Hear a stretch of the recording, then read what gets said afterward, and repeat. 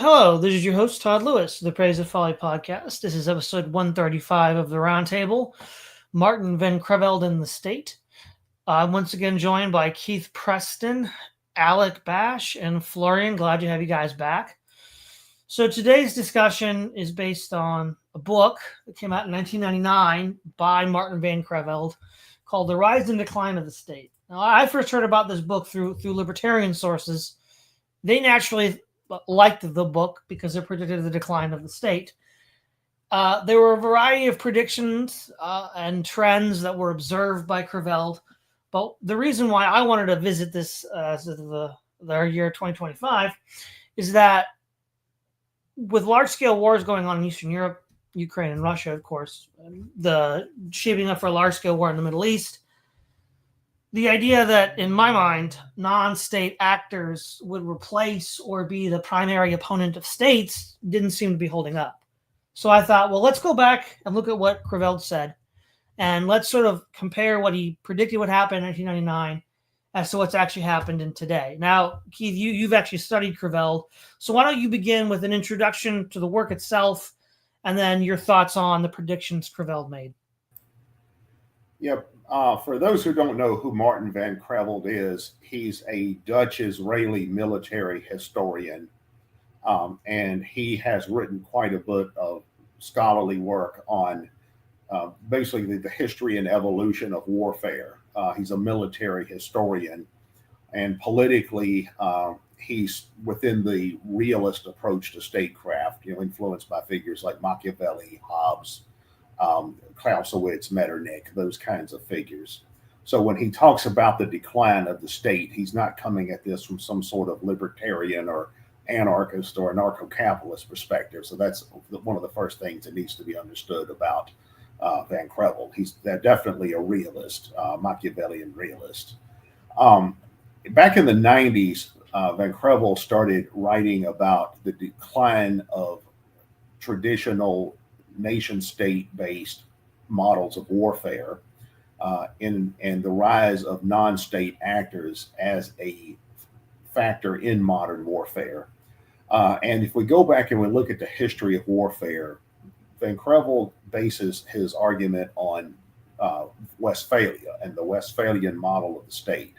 The Treaty of Westphalia of 1648 that ended the 30 Years' War in Central Europe resulted in the legal authority and political authority to wage war being ceded to the sovereign or the absolute monarchs that were rising during that time period. And one of the reasons for this was to curb the excesses of warfare where just anybody goes out and wages war against anybody they wanted to. If you go back and you look at the history of warfare, in antiquity and in the Middle Ages, you see all kinds of people and groups would wage war. Families would wage war. Churches and religions would wage war. Ethnic groups, tribes, businesses. Warfare was often waged by entities that we wouldn't really think of as a state today, as well as by the actual state, the emperor, the king, and all that. There was certainly warfare at that time as well. But because the 30 Years' War was so destructive, there was some effort to try to curb this, to try to prevent warfare being waged by all kinds of people for all kinds of reasons. And a monopoly on war was ceded to the state. And that's the Westphalian model of the state, where the state has a monopoly on the legitimate use of violence. That's Max Weber's classic definition of the modern state, and this is rooted in the norms of statecraft and international relations and international law that go back to Westphalia. So that's the first point, and that's how state warfare and warfare generally largely operated for about 300 years, from Westphalia up through World War II. The classic model of warfare that developed during that time is that you have nations with rulers and leaders, and then you have armies, either professional or conscript armies, that wage war against the armies that are of other states, of other national states. Like Van Creveld called this the Trinitarian model of warfare, where it meant people, state, and army. Those were the points on the Trinity that he described. Now, the apex of this model of warfare was obviously World War II. It was the biggest war in history. It was the biggest event in history. But Van Creveld argues that starting after World War II, you see a decline in the Westphalian model.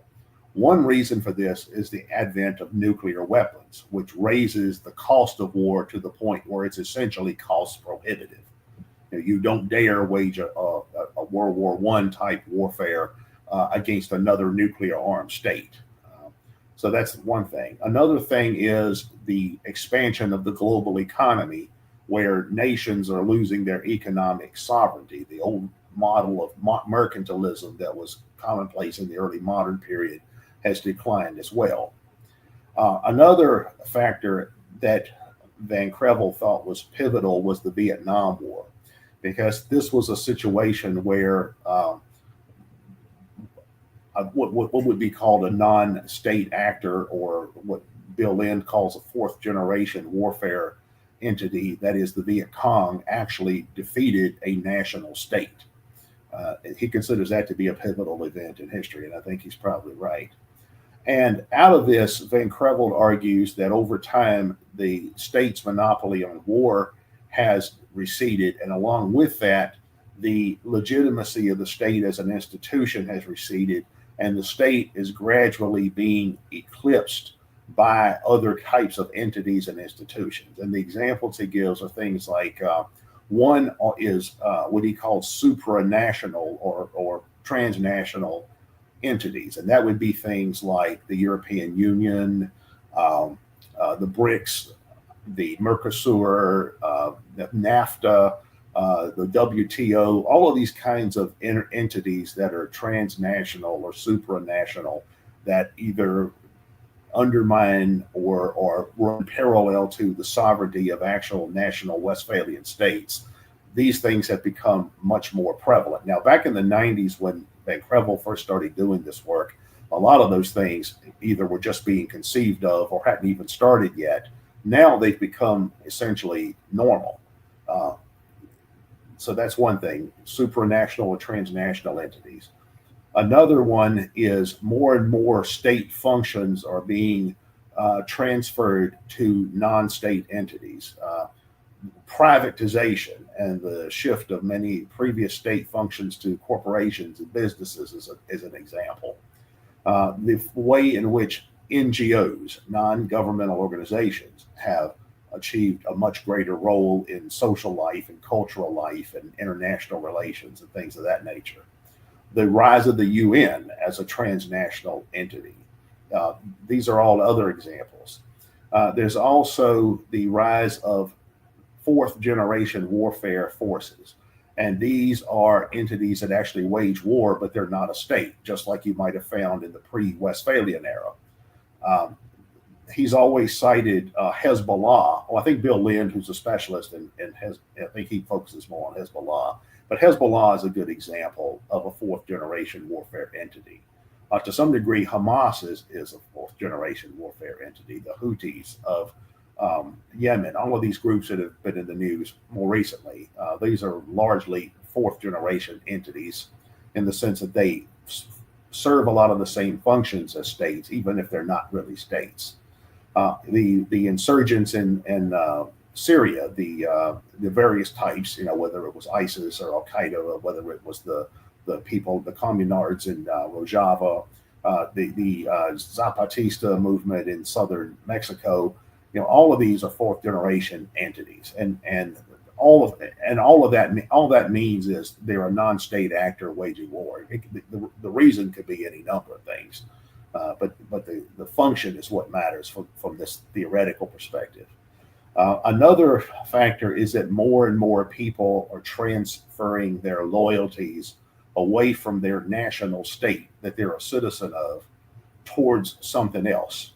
You even see that in the United States to some degree. More and more people seem to think of themselves less as Americans and more as members of the red tribe or the blue tribe or MAGA or LGBTQ or something like that. So you see the rise of tribes in replacement of states, and then loyalties to tribes rather than states.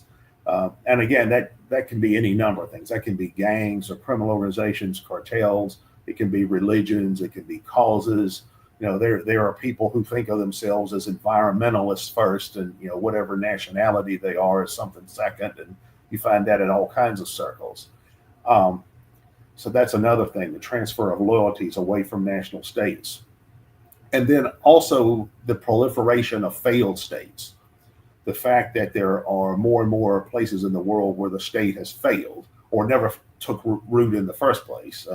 Places like Somalia, for example, that's a classic example. Libya right now is a failed state. There are parts of Africa elsewhere that are failed states. So increasingly you see the number of failed states proliferating. And all of this is what Van Creveld identifies as the decline of the state, or the decline of the Westphalian model of the state. Now, the test of the accuracy of Van Creveld's theory is the degree to which these things have increased over time as opposed to decreased. If we look at what's happened in the world in the 35 years since Van Creveld started doing this kind of work, we see that the number of failed states has increased. The number of fourth generation warfare entities have increased. For instance, even though the United States had its war on terrorism, there are more people involved in terrorism worldwide than there ever were. We see that increasingly non-state actors assume roles previously engaged in by states. We see the proliferation of NGOs and supranational entities. We even see, even in the context of traditional warfare, we see non-state actors playing a bigger role. For instance, in the Ukraine-Russia war, that's definitely a traditional war between national states and their own armies and conscripts and peoples and all that. But we also see non-state actors like the Wagner group, this Prigozhin, the assassinated Prigozhin guy's private army. We see that kind of stuff involved even in a traditional war. And then on the Ukrainian side, you see the same thing. You see the Azov Battalion and Right Sector and some of these paramilitary and militia groups. So even in traditional war, we start to see the participation of non-state actors. And we also start to see more and more societies becoming polarized, where people are less oriented towards loyalty to their political leaders or their national state, and more towards their party, their subculture, their religion.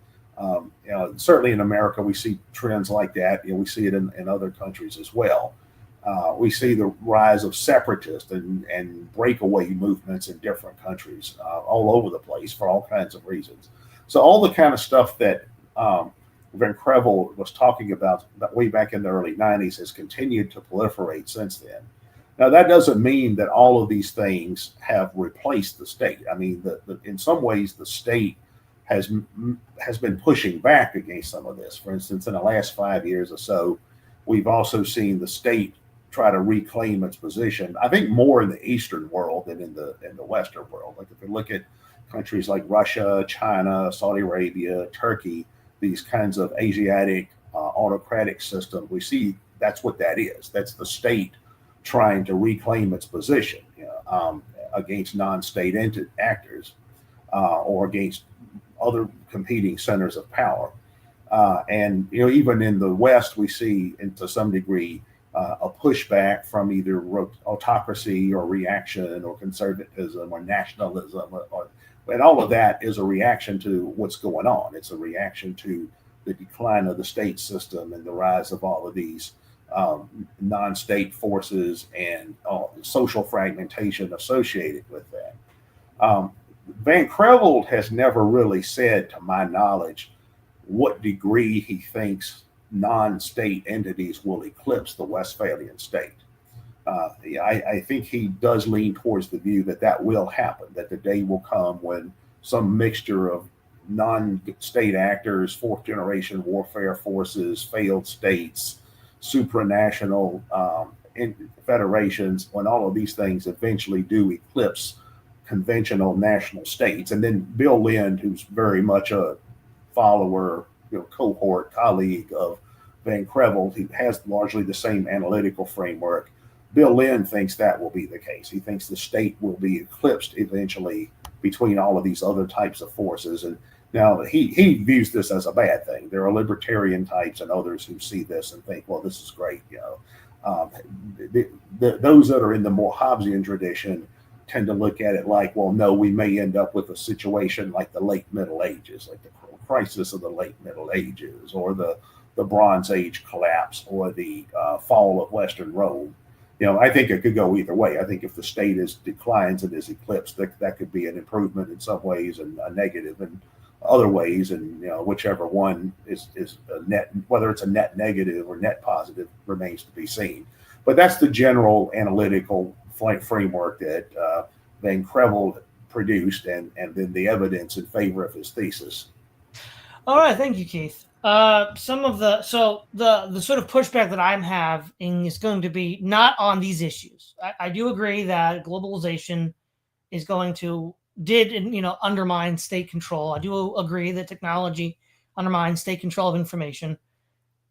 So I do agree with those predictions that he made. But there are some predictions which I think have not borne the test of time. So the one is the state and war, non-state actors, and I'll also include NGOs in this. Firstly, if we look at the world in 1991, after the Persian Gulf War, there's no real direct force-on-force conflicts between the U.S. and anybody else. I mean, yeah, there's 2003 Iraq, but that was just mopping up after 1991. And most of what the U.S. was fighting was non-state actors. And we see this with, and you mentioned Bill Lynn, of course, Keith. The idea was expected that there would just be more and more non-state actors fighting states because, well, atomic weapons and U.S., full spectrum dominance.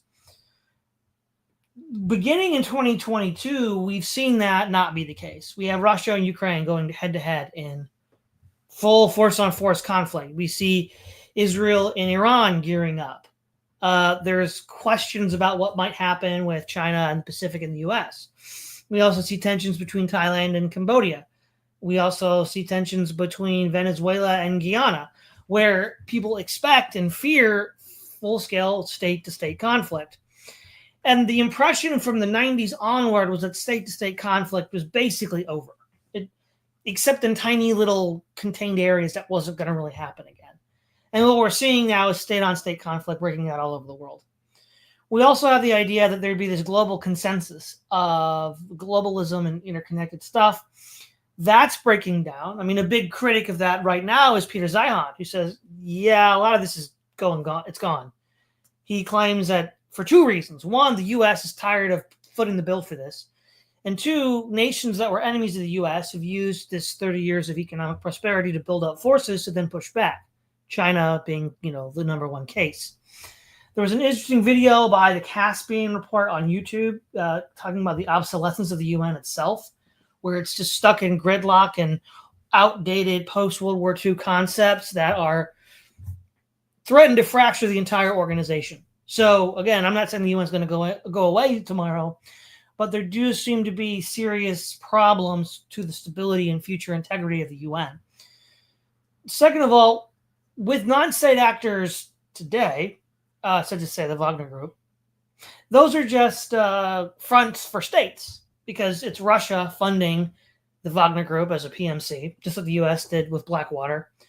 And Hamas, Hezbollah, and the Houthis are all proxies for Iran and the axis of resistance. So this isn't, at least in my understanding, I would not consider this to be in the same sense like Catholics versus Protestants in the 30 Years' War. Those are two very different positions, two very different worldviews clashing, trying to attain hegemony. When you see these non-state actors, even with the Taliban in Afghanistan, they created a state when they took over. It's not organized bodies of anarchists fighting as non-state actors or libertarians trying to replace the idea of the state itself. They're either proxies for states or they are seeking statehood of their own. I mean, after all, Hamas wants a Palestinian state, and the Taliban wanted a state in Afghanistan. And then furthermore, even within the U.S., now I'm going to admit this is more anecdotal, but it feels like to me that as people get tired of the personal as the political, people getting tired of the culture war, a lot of these identities that were only beginning to blossom in 1999 when Creveld published that work seem to be burning out. Like they don't exist on their own. They exist on a substrate of a U.S. capitalist system, which is propping them up. And they have to maintain certain shibboleths and assumptions about the state, about capital, in order to even exist as such, which is, partly feeds into the argument about the synthetic left that Caleb Maupin makes. They're not real left, they're not really trying to challenge this. And so through a combination of burnout and still being dependent. So, for example, a true opposition to a governing political order would be Lenin. Lenin's Bolsheviks didn't have money in Russian banks trying to play the game of the Tsar. They had their own parallel economic system. So did the Maoists in China. Nobody in the United States is building a parallel economic system based on these culture groups, except maybe criminal cartels, like in Mexico and parts of the United States, that would anywhere, in my mind, mirror anything like what we saw with the communists, who really were building these parallel economic and social orders in Russia and China. Now, I guess you could say that's sort of close to what's going on with Hezbollah in Lebanon.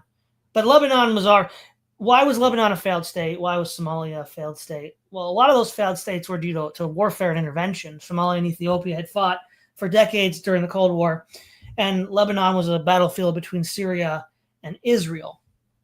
And so was Afghanistan. That was a battleground as well.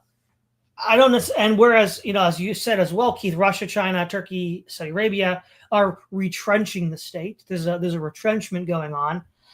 I think in the United States, they're attempting a retrenchment. Now, whether or not that works is up in the air. And then the last thing I'll end with is the rise of nationalism in Europe and America and Latin America. So, you got your Bolsonaros, you got your Trumps, you got various movements in Europe.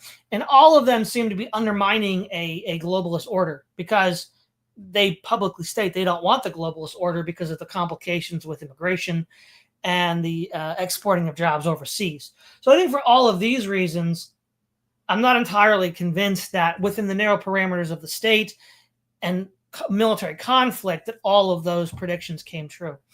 Alek, your thoughts?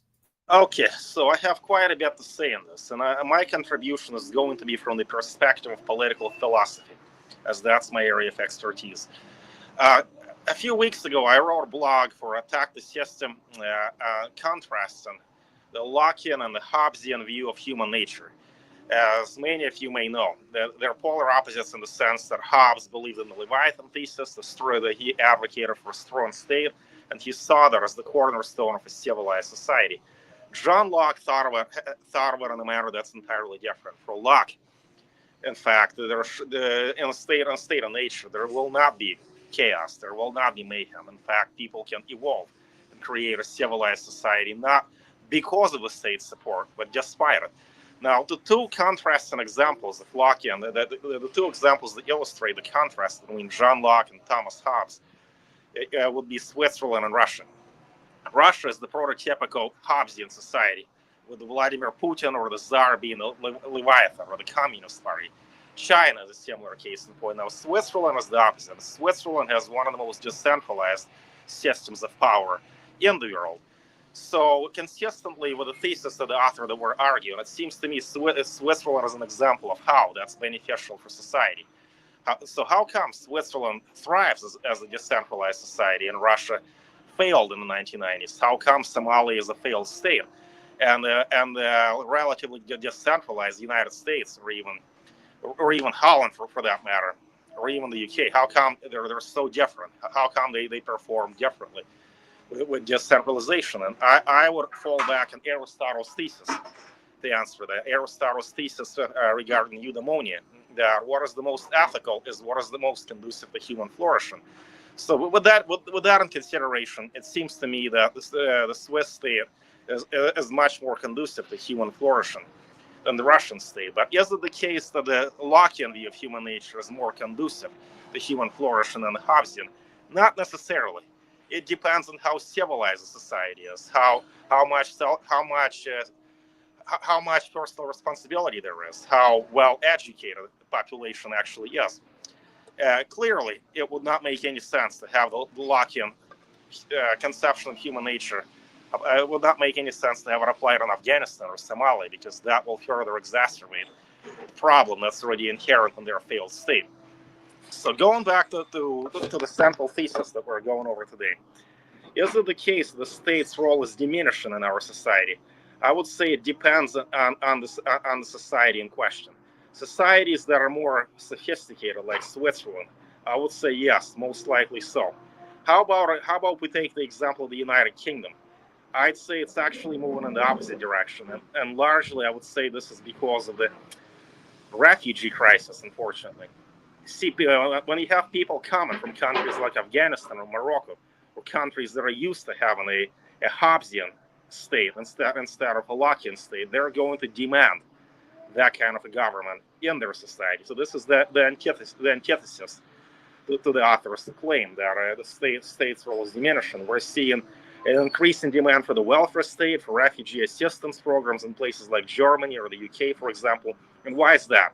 Well, what happens if you treat Afghan refugees as if they were from Switzerland? Well, that's not going to work. That's not going to work. That's not going to work out at all. So that's going to undermine, the author's thesis. One, Creveld, how do you pronounce his name? Excuse me. Who are we talking about? The author whose thesis we're critiquing. Oh, Creveld. Creveld. I'm sorry, I'm struggling with it. That's an unusual name.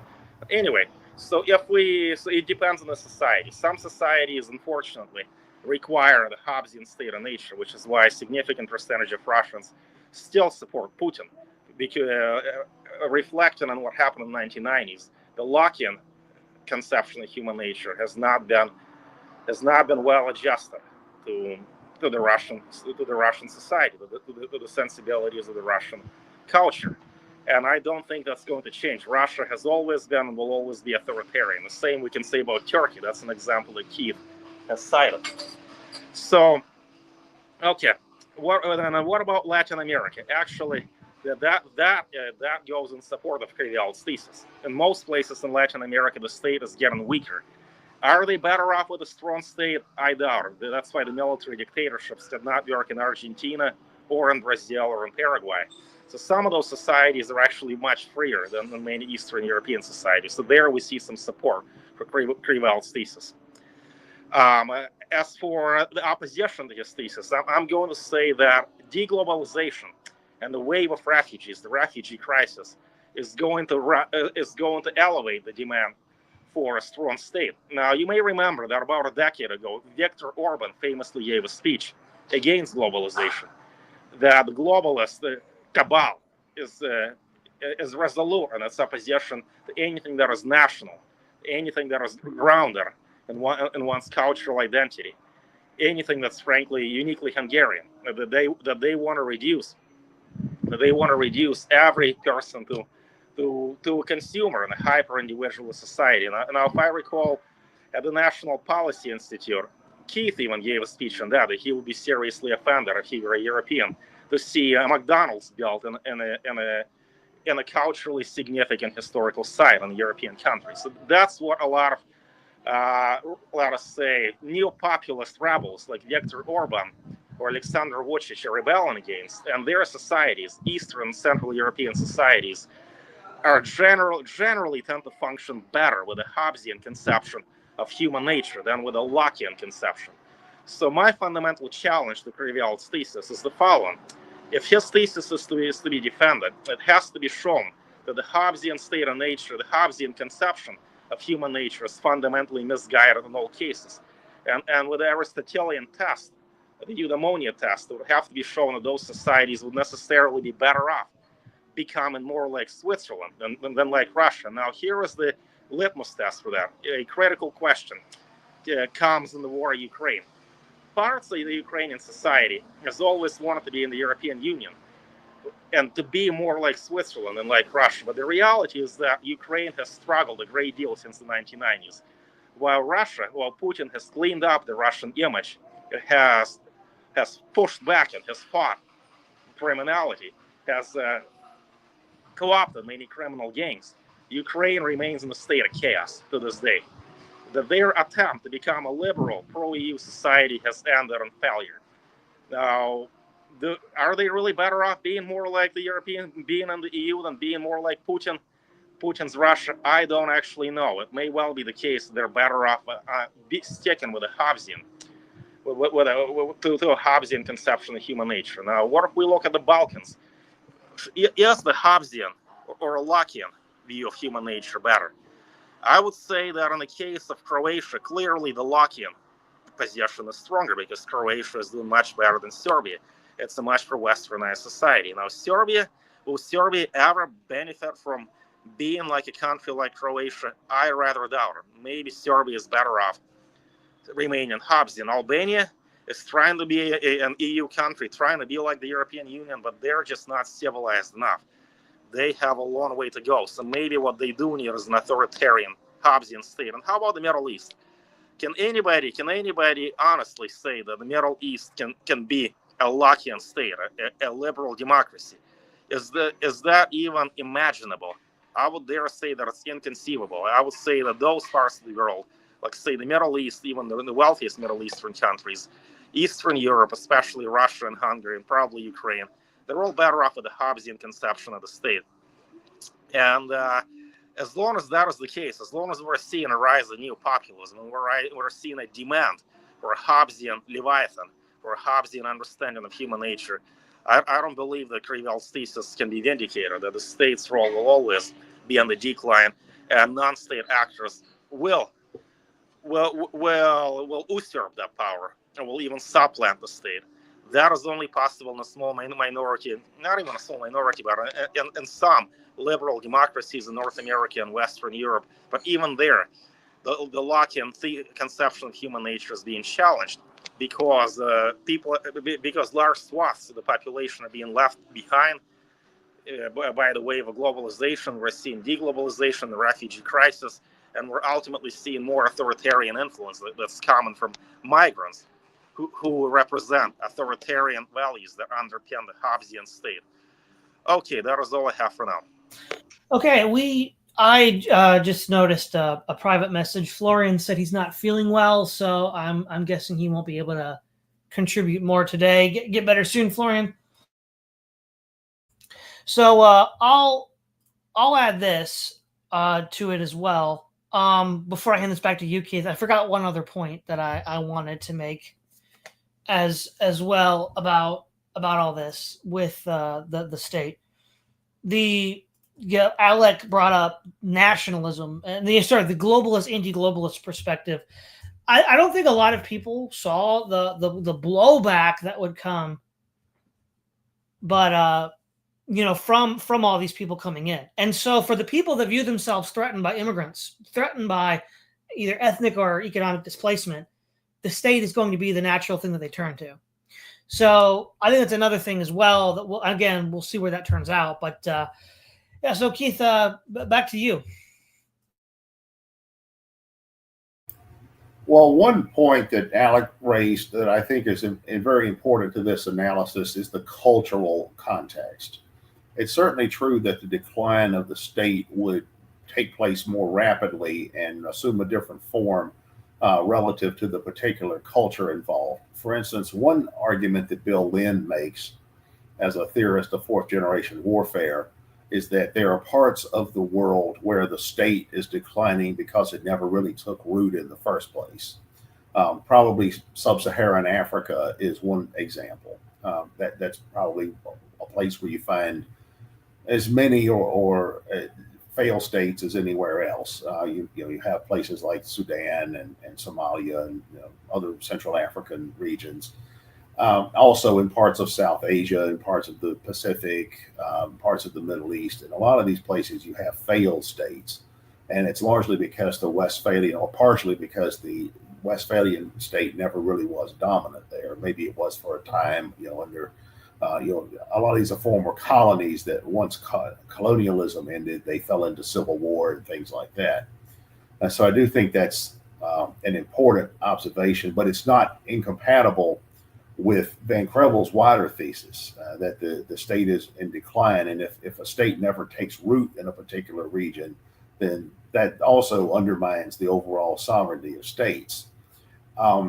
As far as the major Asian powers, one critical question there is going to be how durable those are going to be over time. It's not a universal consensus at all that those powers are going to be durable indefinitely. For instance, Peter Zeihan is very skeptical about the future of both Russia and China. He thinks both of those states are going to eventually start to collapse for a range of reasons. One is demography. They both have very aging populations, and their rate of birth rate replacement is low.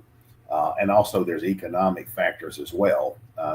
In fact, in Russia, there are now movements that are of dissidents who want the Russian Federation to collapse into a collection of microstates, similar to Estonia or somewhere like that, just like the former Soviet Union and the Warsaw Pact and the Yugoslav Republic.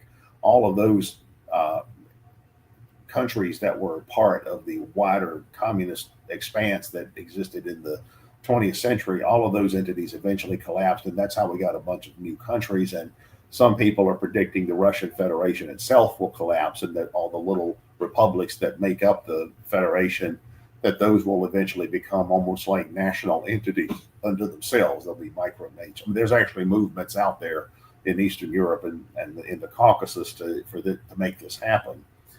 There's also, in the case of China, there's the question of how durable the Chinese state is going to be when they have regions under China's control that have breakaway movements like Tibet and like the Uyghur region and all of that. So I'm actually undecided on that. I don't know who's right or wrong. There are some people who think China, Russia, those are the wave of the future. Other people say no. Peter Zeihan and others say those states are doomed in the long run for a range of reasons. I think that if they go in that direction, if the Asian powers go in that direction, it's further vindication of Creveld's thesis or Bill Lynn's thesis. There's also the fact that in many parts of the world where you still have states, but you have rising instability. You have polarization along cultural and religious and other kinds of lines that indicate what I was talking about earlier, where people are transferring their personal loyalties and allegiances away from being a national patriot towards some other non-state entity or cause or ideology or something of that type. We see that all over the place, including in the United States. The one thing that's interesting about Europe is the way that the European Union is superseding the sovereignty of the individual states in Europe. And that is just as much as in keeping with Van Creveld's thesis as a failed state. Keep in mind, Van Creveld is not an anarchist, and he doesn't think that government in the broad sense is going to go away. He thinks that there will be failed states, certainly, like we see in some parts of the world, like say Libya. But he also thinks that many states are ceding their sovereignty to transnational or supranational entities. And I think the European Union is probably the most obvious example of that right now today, where the European Union is becoming sort of like the United States, but it's like a hybrid almost of the United States and the UN, where it's becoming a continental state like the United States, but then it's not really a state. It's more like the UN. It's a membership group.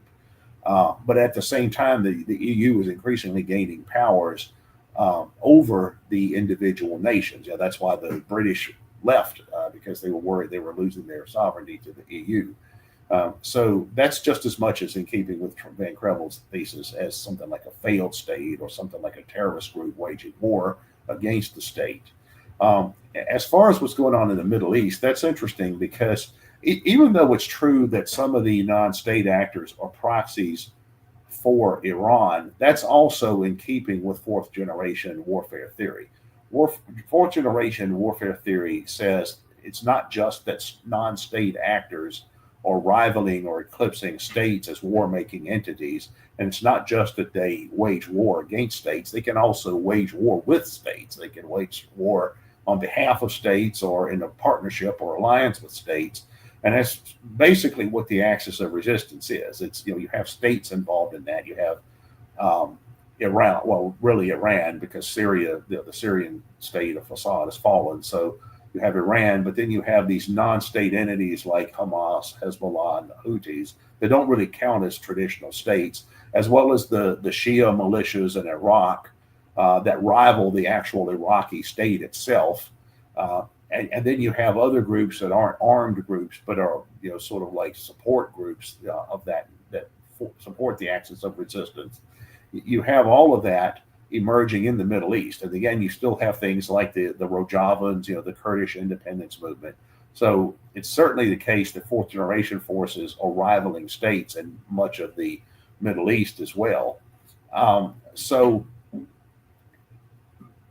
it's the convergence of all of these factors that matters if we want to analyze the legitimacy of Creveld's thesis, and that is the growth of these supranational entities over states, as well as the transfer of various states' functions to non-state actors, as well as the rise of failed states and fourth generation non-state actors as military combatants. Like even with this group that Eric Prince leads, it was called Blackwater, then Academy, and I don't know if it's changed its name again, but that's another example. That's a fourth generation warfare entity.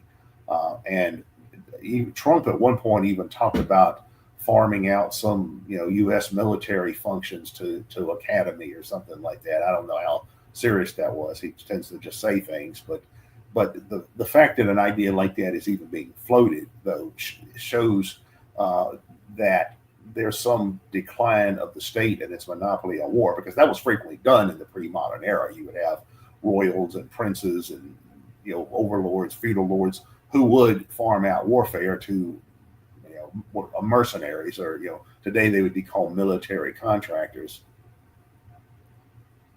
All right.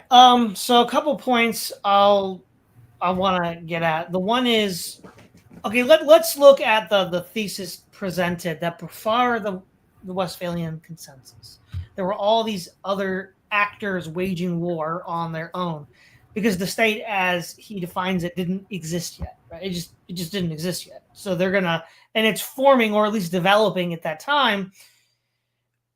Now, when we look at for example, there were always mercenaries from the end of the 30 Years' War. We had Hessian's American Revolution, right down to decolonization with the World War II vets from all Western powers joining the French Foreign Legion and other groups to fight in Africa.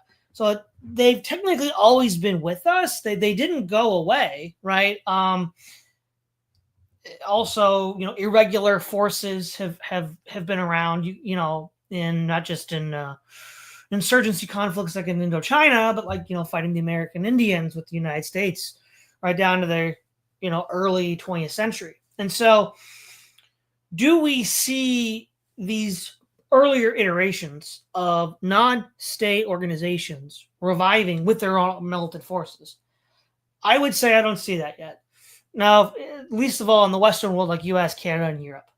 Now, when we look at, say, these proxy groups, Hezbollah, Hamas, the Houthis, Al Qaeda for the Saudi fund backers, all of these groups, their material conditions are not independent of the state. That's the problem. If you're a nomadic steppe horde, or if you're a holy order like Templar fighting in the Near East against Islam, or if you're a citizens militia, right? The material conditions that allow you to fight these conflicts are not the paycheck of a state. You have your own independent, autonomous economic system that is allowing you to operate. That is not how Hamas, Hezbollah, and the Houthis work. They are dependent upon Iranian backing. That is not how the groups in Indochina work. They had direct backing from the Soviet Union and China. These are not groups that act independently of the material conditions of the state. They act within the material conditions of the state, and even globalism itself. Anarchist, socialist, Marxists would all agree that actually even libertarians too, like Rothbard, would argue that the modern corporate system is the result of private actors using the state to externalize costs such as security with policing and so on, such that the rise of corporation cannot be seen as something distinct from the state. It exists because the state exists. And then furthermore, when the state was formed in Westphalia, it didn't have the welfare education angle that we've associated with it now. And what I would question whether the state deciding now that it's they're going to not do that, either by not providing it at all and letting, say, some other source provide it, or just by not caring and saying, well, tough noogies, no one's going to provide it. Is that really a decline of the state? That certainly represents a decline in state functions, no doubt. But the state in the 18th century didn't promise to educate you. That was the church. Didn't promise to give you welfare. Really, nobody did. I guess that was maybe like your community mutual aid groups. So I don't know if I'd say a decline in state functions or a decline of the state, because the state didn't have those functions in the 18th century, for example. And nobody would say that that's not, the state was weakening then, the state was strengthening then. And as far as war, we see state-to-state conflict in a way that we haven't seen really since 1991. And so I would argue that at least in that narrow area, we need to think about the claims that Creveld made. Alek. Well, so first of all, here's my fundamental question. Is Creveld's thesis consistent with the daily reality that we're living in, which is deglobalization? People have been left behind by globalization. Peter Zeichmann will confirm that. Francis Fukuyama, interestingly, wrote a book called Liberalism and Its Discontents, where he revised his most risible thesis, really the one that is most oftenly mocked, the end of history. Now we're seeing the end of history. So Fukuyama had to go back and rethink his original thesis, that we're seeing the discontent of classical liberalism, discontent with the global order as it used to be, with decentralization in the 80s and the 90s. That's when it seemed increasingly plausible to agree with Creveld, that the state is being diminished and its power is being supplanted, is being usurped by non-state actors. But aren't we seeing a trend that's moving in the opposite direction? At least in Eastern Europe, at least in some Middle Eastern countries and Asia. Say the CCP is much stronger than it has ever been, hands down. There's no comparison. India under Modi is becoming more centralized, not less. Now, Eastern Europe again, Viktor Orban and then Vladimir Putin. I see, even if we take the Prigozhin example and its private army, all sorts of non-state criminal actors in Russia have to have Putin's support in order to thrive, or they will be executed or imprisoned. Look at what happened to Khodorkovsky or any number of oligarchs. So that is a case in point, and how the demand for the state, the demand for re-centralization of state power, is fueled by the discontent with classical liberalism, as Francis Fukuyama would have put it. So unless we can argue that, but in some strange manner, that globalization at least, will become as popular as it used to be in the mid-90s, that free trade will make a comeback, and demagogues like Donald Trump and Viktor Orban will be marginalized and pushed to the fringes as where they belong in the 90s. I think Creveld's thesis will fall upon hard times. There are significant questions to answer. So Keith, this is my question for you. How is Creveld's thesis compatible with the crude reality of deglobalization that we're seeing and the rise of new populism, not only in Eastern Europe and the Middle East, but also in the United States, apparently? Look at Donald Trump and other North American examples, AMLO and Claudia Sheinbaum. Now they're not in favor of decentralization and handing the power back to the cartels. So there is a broad variety of examples where populism, well, for lack of a better word, is becoming popular, even in the UK. Look at how far Nigel Farage has come, and how we're seeing a rise of anti-globalist sentiment all over the English-speaking world, which is a surprise. Is that something you would expect from the Middle East and Eastern Europe? But apparently that's a force to be reckoned with. Now, Keith, do you see this as a fundamental challenge to Creveld's thesis, or is that entirely consistent with what he's arguing? Well, I think the claims of deglobalization are overstated.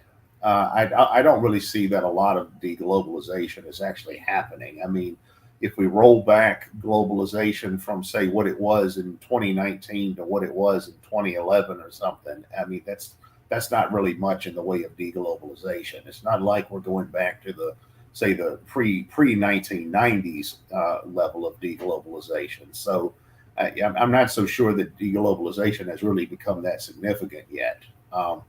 As far as decentralization, the state could decline not through globalization, but it could also decline through even more decentralization. For instance, if a state just simply falls apart and collapses and you have a failed state, then you have, you don't really have globalization and you don't really have the state either. For instance, what happened in Libya after the Gaddafi regime was dislodged, what emerged there was simply a failed state that's almost like a medieval system where they have open air slave markets and things like that. I mean, and it's certainly an unpleasant situation, but it's not really a state and it's not really a participant in globalization either. It's sort of like it's sort of like one of those systems that's existing on the margins, on the periphery, outside the civilized world.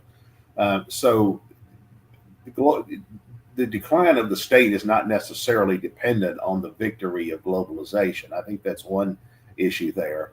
As far as what Todd was saying about the welfare state, part of Van Creveld's argument is that the welfare state is also in decline, that many states are rolling back their welfare states because of budget problems or just because of shifts in class relations and economic conditions and things like that.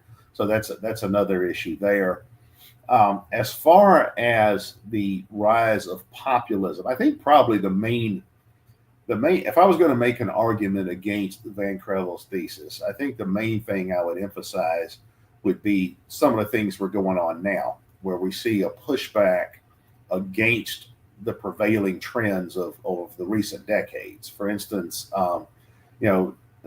like the 90s through the 2010s, that 30-year period was probably the era of peak globalization, peak unipolarity, peak neoliberalism, peak democratism, meaning that more and more states were becoming liberal democracies.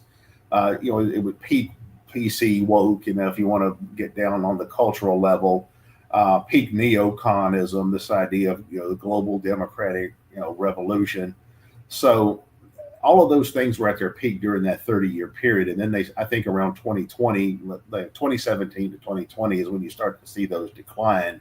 And I think for two reasons. Number one was multipolarity. You start to see the rise of China and Russia and other powers as major world powers that challenge unipolarity.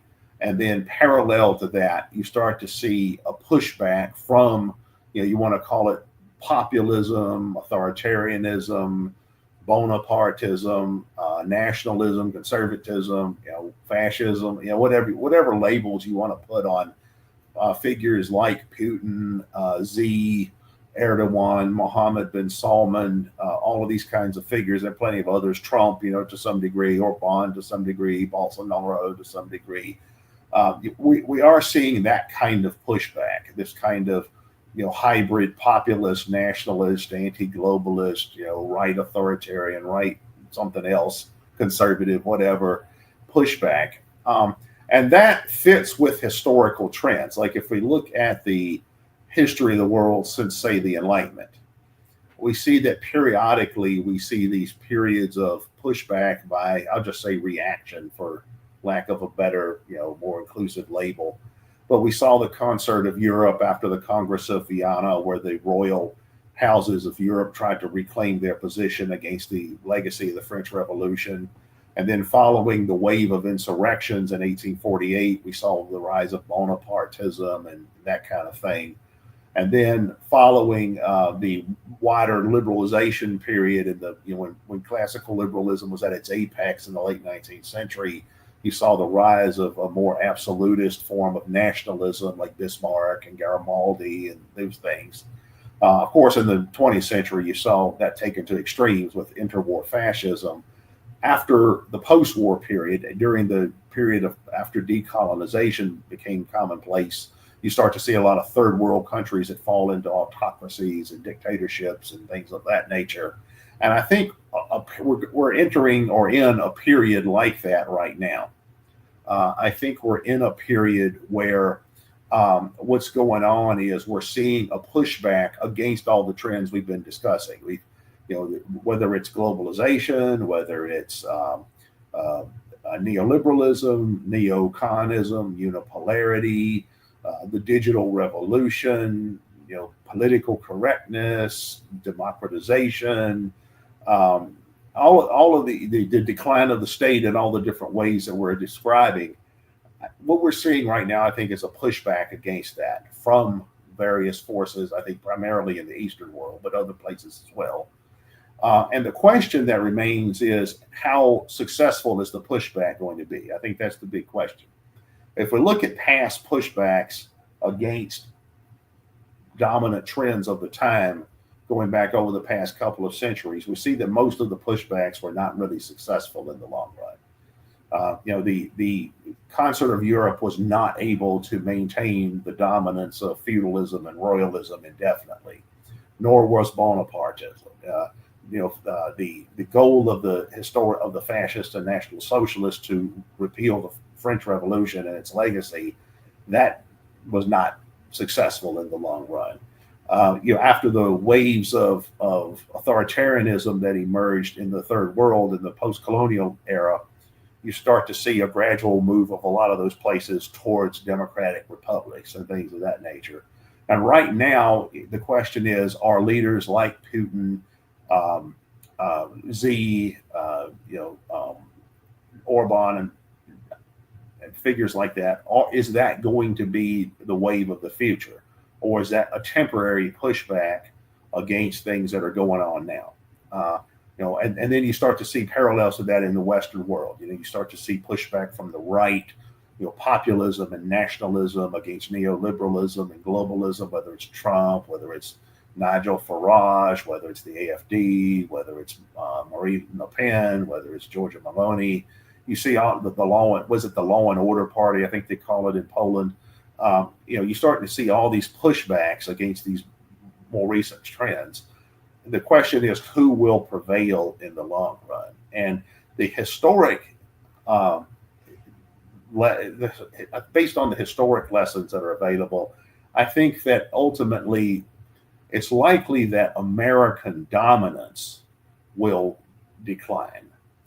But I don't know that it necessarily means that the decline of American unipolarity means permanent victory for these more reactionary, autocratic state, nationally based state systems. I think it's more just as likely that the decline of unipolarity will result, yes, in the proliferation of the powers, but also in the parallel proliferation in the long run of failed states, dominance by non-state entities, fourth generation warfare, rise of non-state actors as parallels or competitors to states. I think that's just as likely, particularly as the population demographics change. For example, the demography of the Northern Hemisphere is shrinking.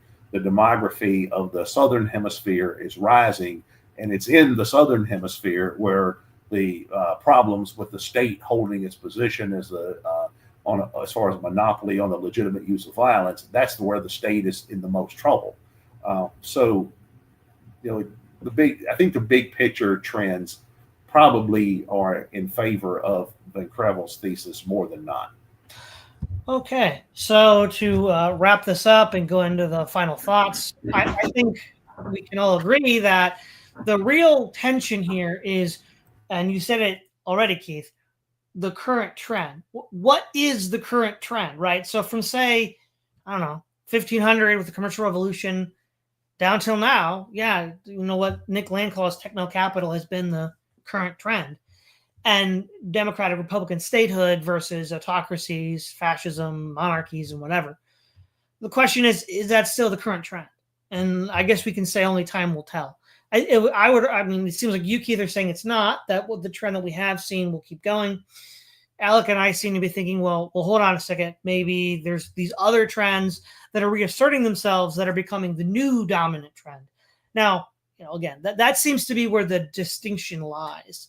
Alek, final thoughts. Well, my final thoughts is here with this, I will go back to my philosophical position. What view of human nature is the most conducive to human flourishing, the Hobbesian or the Lockean? In general, I would say the Lockean view of human nature produces better results. So, in that sense, I would celebrate the relative decline of the state, as I'd much rather live in Switzerland than in Russia. But on the other hand, I'm skeptical that the Lockean view of human nature is universally beneficial. I don't know if Russia can become a decentralized federation, just decentralized society that's governed in any way that's at all similar to, say, Switzerland or the US. It's worth noting that Liberia's constitution is almost identical to that of the United States, and look at how poorly that's working. Maybe they're actually better off with a Hobbesian conception of human nature. Maybe a large swath of countries in Africa, the Middle East, and Eastern Europe, Asia, or even Latin America possibly would be better off being centralized. Think about how much safer and more orderly Brazil was as a military dictatorship than it is now. So as long as that is the case, that some societies are going to be better with a Hobbesian Leviathan than with a decentralized Lockean view of the relationship between the people and the state, I'd say the Creveld's thesis leaves for something to be desired. In general, I would agree with Keith, however, that the mainstream trend in most countries points toward the diminishing effect of the government upon the lives of the citizenry in most places. But that is not the case across the board. So I would say that the state still has a place to play in many societies of the world, especially in the Middle East, Eastern Europe, and possibly parts of North and South America. All right, Keith, you get the last word today. Well, one thing I should probably add to what Alek just said is that Van Creveld, as well as Bill Lind, the leading theorist of generational warfare theory, and their ideas are very similar. Neither one of these guys necessarily think the decline of the state is a good thing or will produce happy results. Neither one of them are liberals, not in the modern sense or in the classical sense. Bill Lind is such an admirer of Thomas Hobbes. He's even used Thomas Hobbes as a pen name for a book that he wrote, a fictional novel that he wrote. So that's how Hobbesian this guy is. And Van Creveld is pretty much within that same kind of tradition, that kind of Clausewitzian, Machiavellian type of tradition. So neither one of these guys are either modern or classical liberals per se. So, and they don't necessarily think the decline of the state is good. In fact, Bill Lind thinks it's terrible. He thinks that the likely results of the decline of the state is going to be something like the crisis of the late Middle Ages or the Bronze Age collapse or something like that. So it's not like he's cheering it on. Neither one of these guys are libertarians or anarchists or even liberals. But the state can still collapse or recede even if it produces terrible results in the process. And that may well be the case. If much of what Van Creveld is predicting and arguing is going to happen, then yeah, it could be that in many parts of the world, if the state does not fully take root or simply recedes or loses power to other entities, you could argue that that's going to be a net regression, that there's going to be more civil war, or there's going to be more examples of what happened to Libya when the state there was dislodged. So it's not, this theory is not framed within this progressive view of history that tends to dominate a lot of modern thought. It's not that these guys think this is necessarily a good thing. Lind very much thinks it's not. Well, all right. So thank you, Keith. Thank you, Alex. We all hope Florian gets better soon. This is Todd Lewis of the Praise of Flight podcast, signing off.